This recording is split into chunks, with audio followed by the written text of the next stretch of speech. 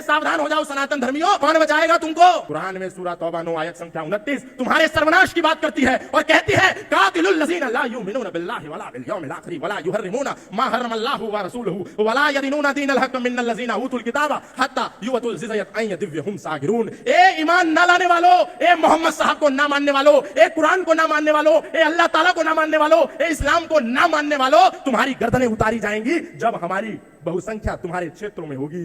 वो तुमको चेतावनी देते हैं और तुमको लगता है जैसे हम अपने मंदिरों में अपने भगवान योगेश्वर श्री कृष्ण के गीत गा रहे हैं, हरे कृष्णा हरे राम हरे कृष्णा हरे राम, वैसे ही वो अल्लाह की पूजा कर रहे होंगे, इबादत कर रहे होंगे। ऐसा ही सोचते हैं हम लोग और फिर कहते हैं हम राम राज्य बनाएंगे, हम हिंदू राष्ट्र बनाएंगे।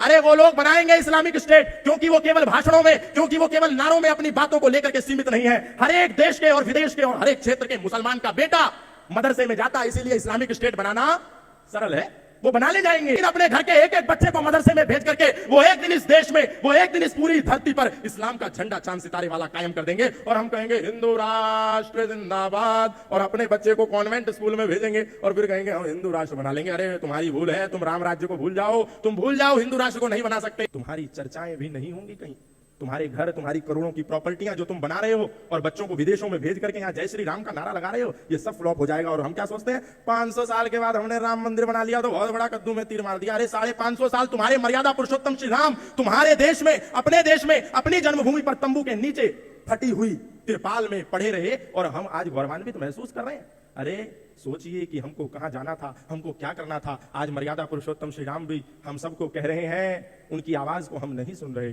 मर्यादा पुरुषोत्तम श्री राम एक एक सनातन धर्मी को पुकार दे रहे हैं और हम नहीं सुन रहे, कान को बंद करके गांधी की तरह बैठ गए हैं। मर्यादा पुरुषोत्तम श्री राम हम सबको झकझोर रहे हैं और कह रहे हैं कि मैं यदि मंदिरों में ही सिर्फ कैद रहा तो मैं फिर से उजाड़ा जाऊंगा, मुझे गुरुकुलों में पढ़ाया जाए, विद्यालयों में लाया जाए और आचरण में उतारा जाए, मैं तभी काम आऊंगा, मैं तभी काम आऊंगा। लेकिन हम मर्यादा पुरुषोत्तम श्री राम की बात नहीं सुन रहे, लेकिन फिर भी कह रहे हैं कि हम हिंदू राष्ट्र बना लेंगे। अब तो मोदी जी आ गए, योगी जी आ गए, हमारा काम आसान हो गया। कैसे बनाएंगे? राम राज्य नहीं बनेगा केवल भाषण वादे नारों से, राम राज्य नहीं बन सकता पीरों की कब्र मजारों से, राम राज्य नहीं बनेगा गिरजा मस्जिद मिंबारों से, राम राज्य नहीं बन सकता लंबी चौड़ी कोठीकारों से, राम राज्य बनेगा केवल गुरुकुल के प्रचारों से। हमको अपने घरों के बच्चों को सनातन वैदिक धर्म के गुरुकुल में भेजना होगा। वो मुल्ला, वो इस्लामिक वैचारिक व्यक्ति अपने बच्चे को मदरसे में भेज रहा है, वो कुरान का स्वाध्याय उसको करा रहा है, वो हदीसों का स्वाध्याय उसको करा रहा है, वो मोहम्मद साहब और अल्लाह ताला का फरमान उनको पढ़ा रहा है। लेकिन हम अपने बच्चों को क्या गुरुकुल में भेज रहे हैं? बोले गुरुकुल में जाके क्या बनेगा? पंडित बनेगा, पुजारी बनेगा, बामन बनेगा, पुरोहित बनेगा, हवन कराएगा, दक्षिणा लाएगा, इससे ज्यादा कुछ नहीं बन सकता। अरे राम राज्य वालों पढ़ो। चरक सुश्रुत धनवंतरी कहीं ऑक्सफोर्ड, हार्वर्ड, स्टैनफोर्ड में पढ़ने नहीं गए थे, भारत के गुरुकुलों में पढ़ करके वो दुनिया के पहले सर्जन बने सुश्रुत।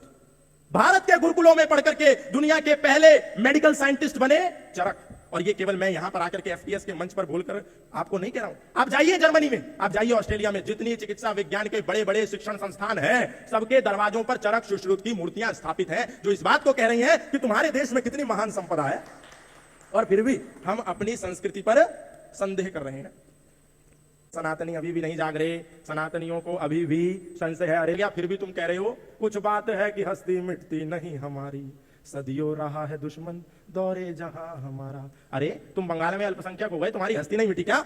तुम कश्मीर से काट काट करके भगा दिए गए, तुम्हारी हस्ती नहीं मिट रही क्या? तुम पाकिस्तान से मार मार करके महिलाओं के स्तनों को काट करके रेलगाड़ी के माल वाले डिब्बे में भर करके भारत भेज दिया, तुम्हारी हस्ती नहीं मिट रही क्या? तुम्हारे भारत में, तुम्हारे ही घर में मर्यादा पुरुषोत्तम श्री राम 500 साल तक कैद रहे तंबू और तिरपालों के नीचे, तुम्हारी हस्ती नहीं मिट रही क्या? तुम्हें बांग्लादेश से मार करके भगा दिया गया, तुम्हारी हस्ती नहीं मिट रही क्या? तुम्हारी छातियों पर लाखों लाख मदरसों को खड़ा कर दिया गया, तुम्हारी हस्ती नहीं मिट रही क्या? अरे तुम्हारे राम और कृष्ण और भगवान शिव की मूर्तियों को तोड़ करके अफगान की मस्जिदों की सीढ़ियों में लगा दिया गया, तुम्हारी हस्ती नहीं मिट रही क्या?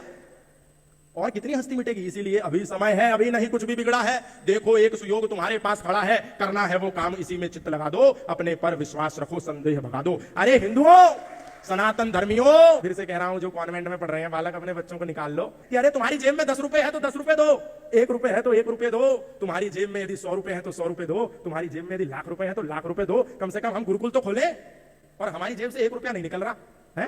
उनके मस्जिद में जितना चढ़ावा आ रहा है उसका 10% मदरसे की शिक्षा में जा रहा है। करोड़ों रुपया वहां रोज हर मस्जिद से इकट्ठा होकर के दारुल उलूम देवबंद में इकट्ठा हो रहा है और हम अपने मंदिरों में जाकर के खूब पैसा चढ़ा रहे हैं और वो पैसा धर्म के प्रचार में नहीं लग रहा, संस्कृति के उत्थान में नहीं लग रहा। राष्ट्रवाद के विकास में नहीं लग रहा तो क्या फायदा? क्या वो बाबा जी की मर्सिडीज में बैठने के लिए पैसा दिया था हमने? वो गुरुकुल शिक्षा में लगना चाहिए। इसलिए मंदिरों में चढ़ाओ ना चढ़ाओ, मंदिर बहुत है यार। अब गुरुकुल जो बने हुए हैं और जो बनने वाले हैं, और मीनाक्षी जी जैसी योद्धा जिस गुरुकुल के लिए गांव गांव घूम करके भिक्षा अभियान चला रही हैं, उसमें कुछ तो देव। 100 रुपए नहीं दे सकते क्या हम?